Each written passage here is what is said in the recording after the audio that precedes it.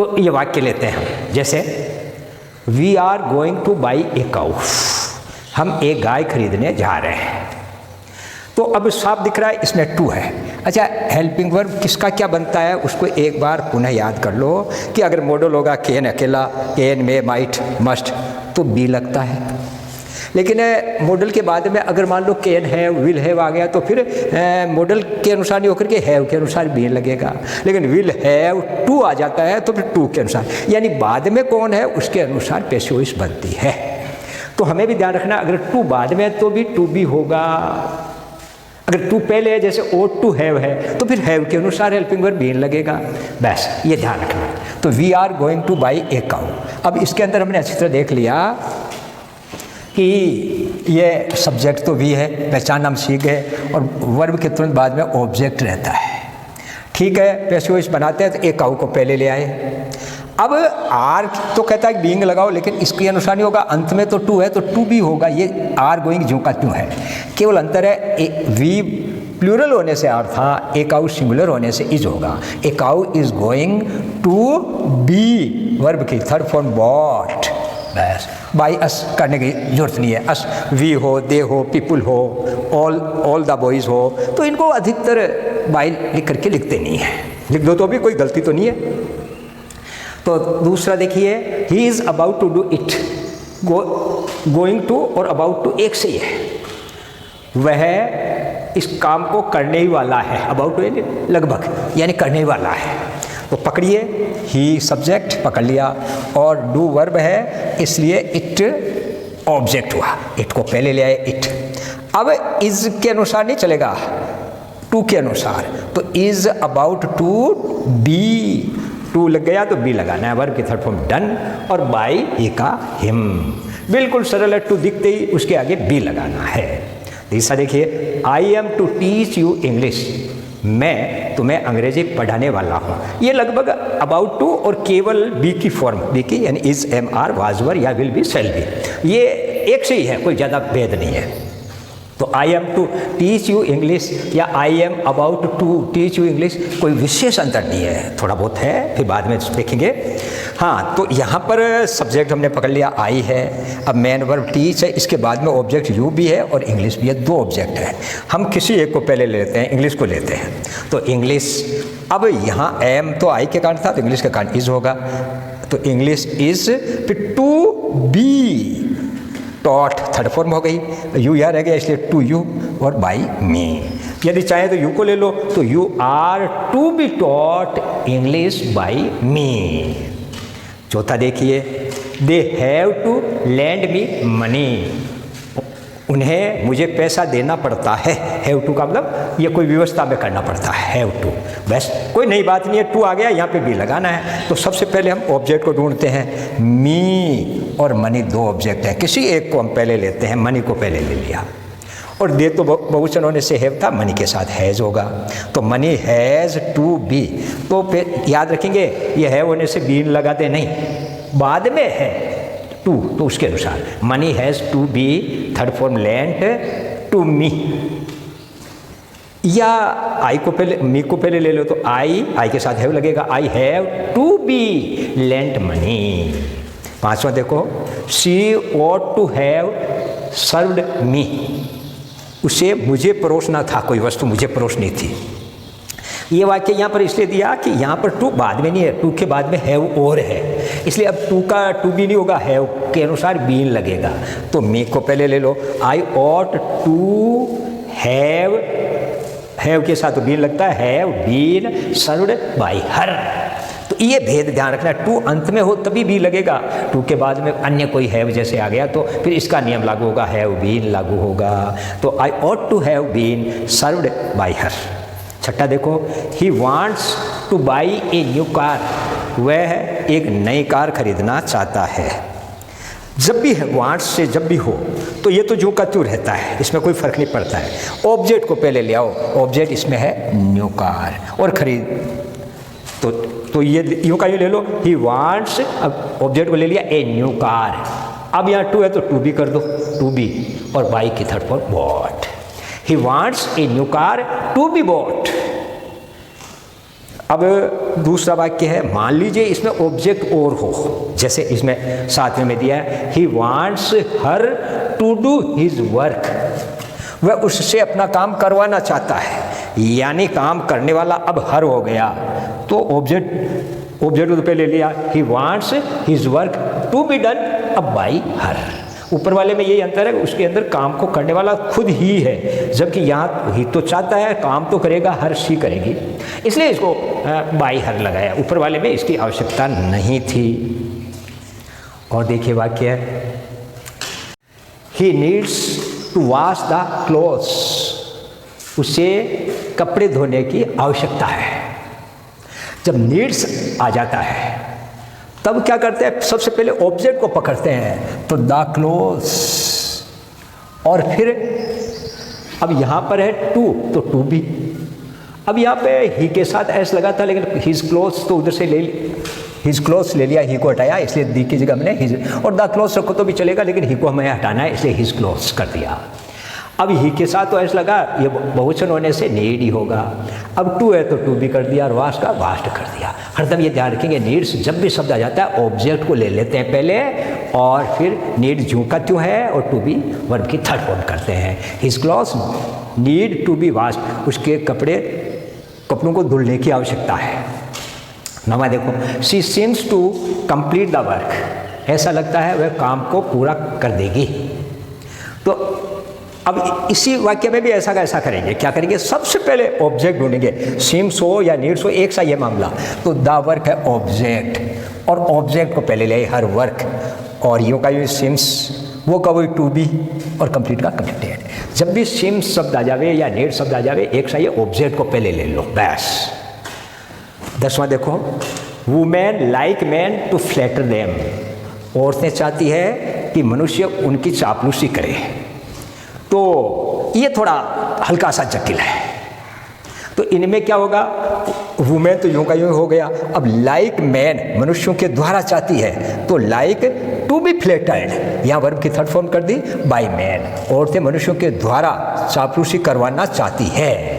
तो लाइक शब्द जब भी आ जावे तो हमें क्या ध्यान रखना है, यूं का यूं रख दो, जो भी है लाइक तक तो यूं का यूं आ जाओ, और उसके बाद में टू बी और वर्ब की थर्ड फॉर्म, और यहाँ पर जो ऑब्जेक्ट होता है बाई लगा दो उसको बस। ये लाइक अलग अलग एक एक का उदाहरण दे दिया है। तो मैं like to be flattered by man. 11वां देखो, it is time to leave the school, अब स्कूल छोड़ने का समय हो गया है। जब भी इट इज़ टाइम आवे, बहुत ही सरल काम है, तो इट इज़ टाइम को जो का जो रखो, फिर ऑब्जेक्ट पकड़ो, लीव के बाद में द ऑब्जेक्ट है, और इसके पहले फोर लगा दो बस। जब भी इट इज़ टाइम आवे, फोर लगा करके ऑब्जेक्ट को यहाँ ले आओ, फॉर द स्कूल बस। फिर तो to be left, to be left, कोई भी वाक्य हो, इट इज़ टाइम जब भी आवे, फोर लगा करके ऑब्जेक्ट को रखो, टू बी थर्ड फोर रख दी, तो it is time for the school to be left. 12वां देखो, there is nothing to eat, देर से यदि कोई वाक्य शुरू हो रहा है तो ये इससे भी सरल है, यूं का यूं देर इज को यूं का यूं रख लो, देर इज नथिंग, यहीं पे पैसिव वॉइस बना दो, टू बी ईटन बस, ये सबसे सरल हुआ। तो there is nothing to be eaten. 13वां देखो, he likes people to call him don, वह चाहता है कि लोग उसको डॉन कहे, तो वो कभी ऊपर लाइक किया था वैसा का वैसा ही है, तो ही लाइक्स फिर टू बी कॉल्ड डॉन। अब बाई पीपुल लगाने की जरूरत नहीं, लगाओ तो भी ठीक है, तो he likes to be called don.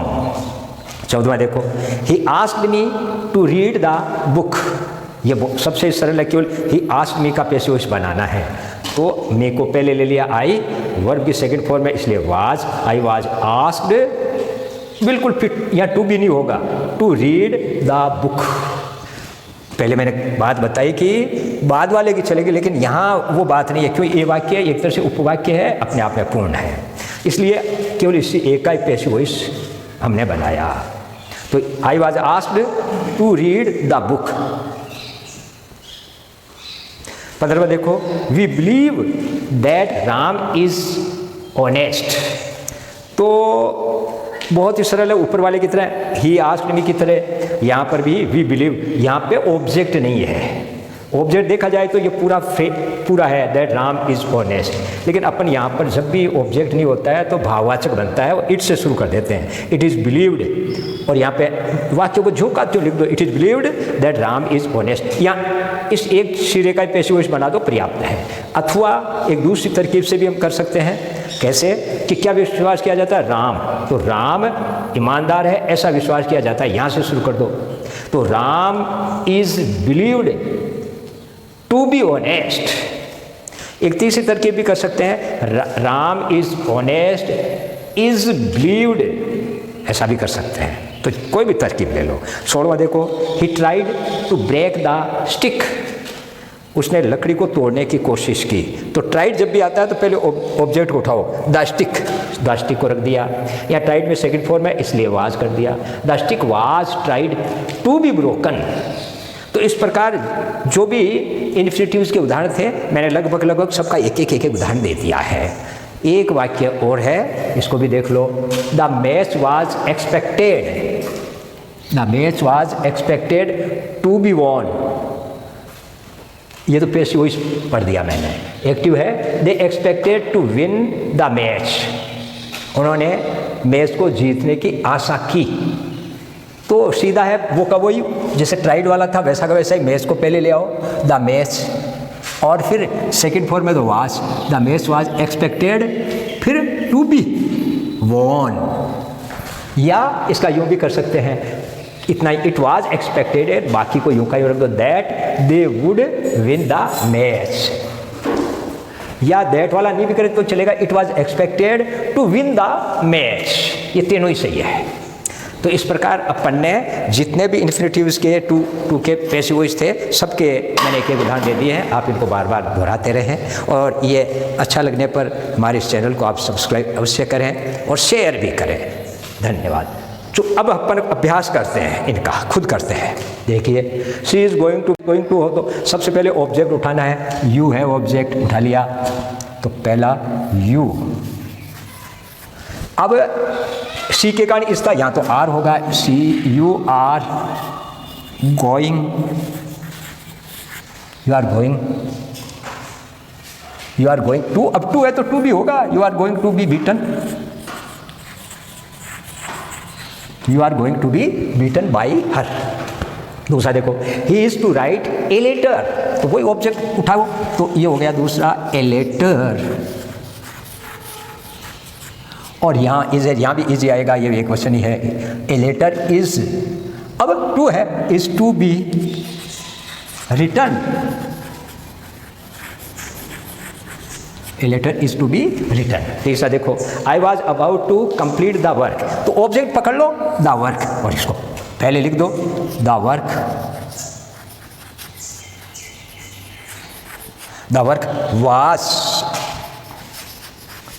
was about to be, the work was about to be completed,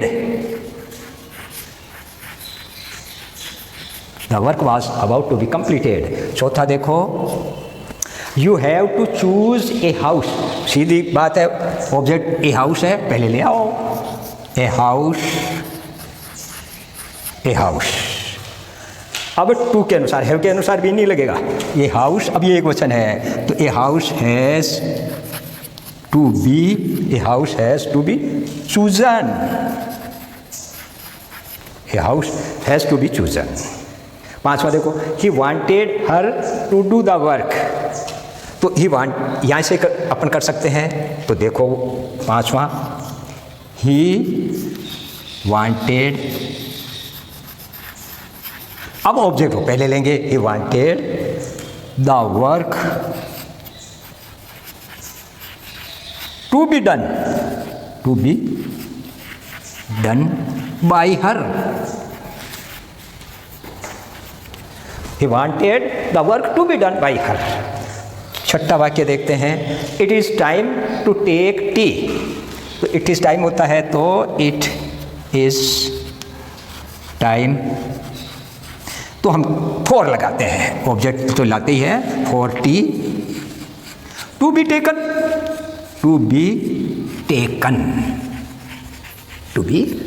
ये लो सा। सातवां देखो, there is no money to waste. ये इट इज़ और देयर बिल्कुल सरल से ही है, तो क्या करेंगे, देयर इज़ नो मनी, तो टू आया तो टू बी कर दो, टू बी वेस्टेड। तो इस प्रकार मैं समझता हूँ इन्फिनेटिव्स के जितने भी पैसिव्स हैं आपके बहुत अच्छी तरह समझ में आए होंगे। इनका बार बार अभ्यास कीजिए। अब एक वीडियो और शेष है जिसमें कॉम्प्लेक्स सेंटेंस और जिसमें दो दो तीन तीन वाक्य हैं, उनका पैसिव्स बनाएंगे और पहले इनको आप तैयार करें तभी वो समझ में आएंगे। धन्यवाद।